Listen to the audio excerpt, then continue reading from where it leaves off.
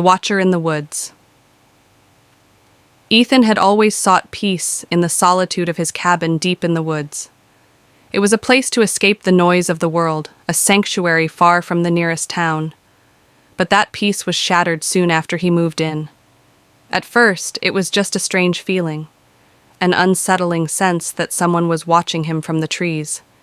He told himself it was just his imagination, the result of being alone in the wilderness.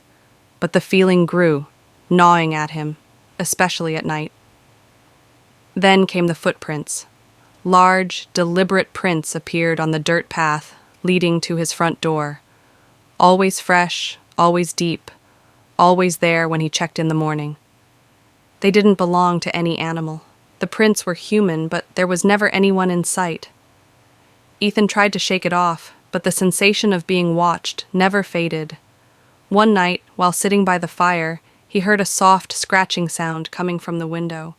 At first he thought it was an animal, but then he saw it, a figure standing just outside in the dark. He froze.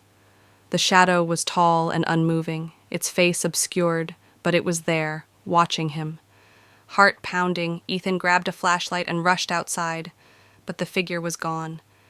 There were no footprints, no signs of anyone nearby.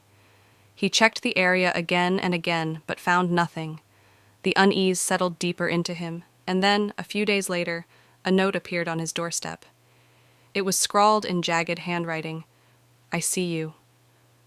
Always. Every night." Ethan's blood ran cold. He was alone. Who was watching him? That night, he stayed awake, sitting by the window, scanning the trees. Hours passed in silence until he saw it again, a shadow at the edge of the woods. This time it was closer, much closer. He grabbed his shotgun, opened the door, and stepped outside. The trees were eerily still, the air thick with silence. The shadow moved, but too fast for him to follow. As he turned to head back, a voice, dry and faint, whispered in his ear, "I'm right behind you." Ethan spun around, but the woods were empty. Panic set in. He bolted back to the cabin, slamming the door shut, but the feeling of eyes on him never left. And that night, as he lay in bed, the scratching came again, slow, deliberate, against the wood. Then the voice, louder now, like it was right outside. "I'm still here, watching, waiting." The next morning, Ethan was gone.